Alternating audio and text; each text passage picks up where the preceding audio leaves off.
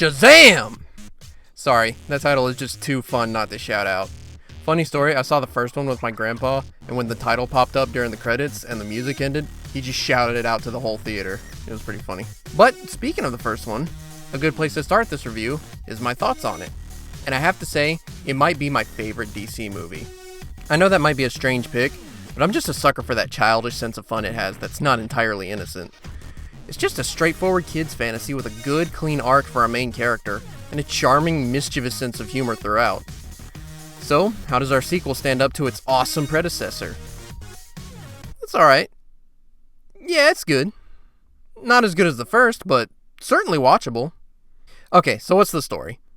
A couple years after the events of the first Shazam, while Billy is trying to keep the Shazamly together, even though it's apparent they won't be able to be a super family forever, two goddesses find the wizard's magic staff and try to use it to restore their god realm or something.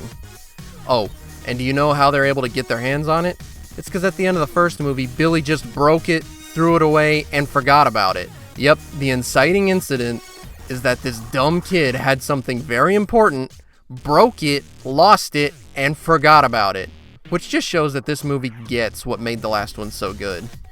And that's the characters. And more specifically, kids just being kids.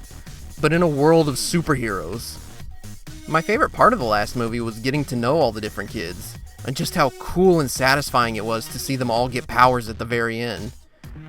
That's why I don't really like that they showed the super-powered versions of them in the trailer for this, because it's a much cooler moment if you don't see it coming. And I know I'm spoiling it here, but they did it first.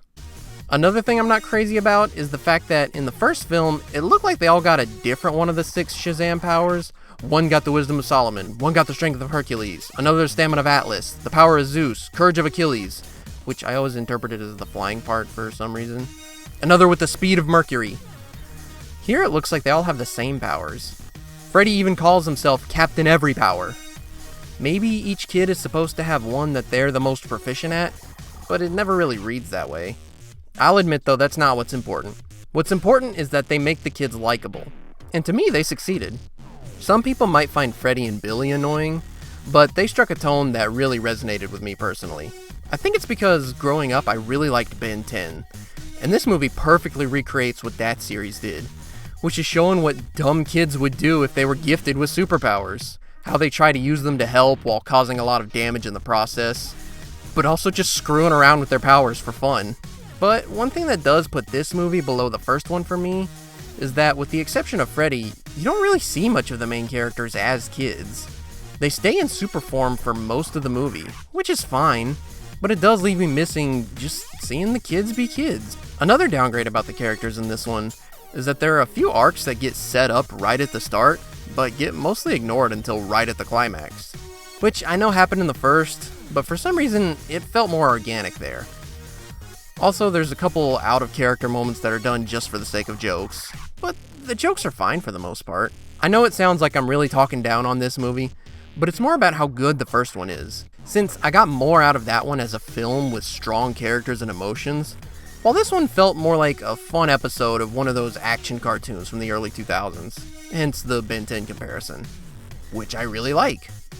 Last thing I want to touch on is the box office, which I'm no expert on. But I believe this is not doing so well, which is so disappointing to me, because even though this ain't a masterpiece, it's not a dismal slog like, I don't know, Black Adam was. I blame Black Adam for this movie's poor performance, because it is ridiculous that these classic arch nemeses are in 2 different films just months apart, but have to be kept completely separate because of Dwayne Johnson's freaking ego. It's especially bad because this is definitely the more fun movie. Well, those were just my thoughts after watching this movie. What'd y'all think? Agree? Disagree? Think I'm stupid? Let me know in the comments. And let me know what you thought of this film, if you saw it. As for me, I say, Shazam, Fury of the Gods. More like, Shazam, Fury of the Mid, but like a fun mid.